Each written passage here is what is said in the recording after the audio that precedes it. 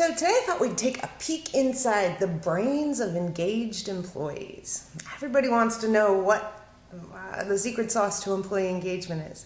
And while recent polls indicate that our current workforce is moderately engaged, the 2023 State of the Global Workplace report shows that the majority of the world's employees are quiet quitting.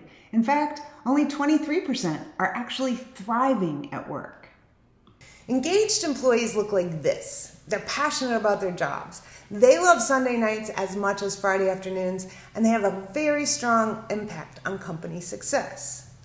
Satisfied employees, on the other hand, look like this. They're satisfied with their workplace. It's okay. They might even be content, but they're not necessarily engaged. They aren't setting any fires, but they aren't setting any records either.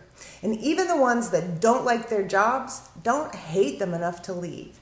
And these are the most dangerous employees to your culture.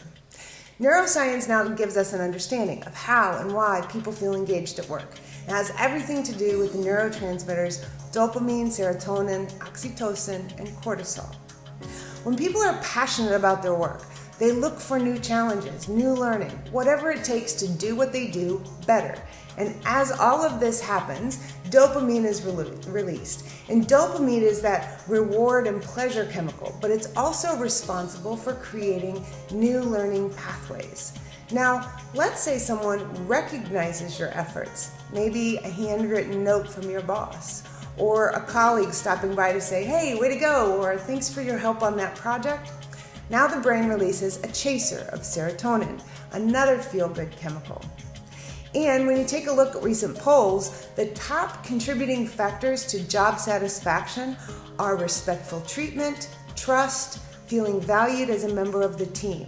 And this all makes sense, right? Because the brain is wired to connect with others. And when we do, we get a boost of oxytocin, another feel-good chemical.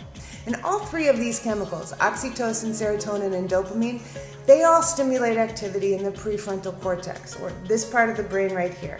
And it's responsible for planning, problem solving, decision making, impulse control, all of those higher order cognitive functions. But when we're stressed, it's harder to think and we aren't as productive.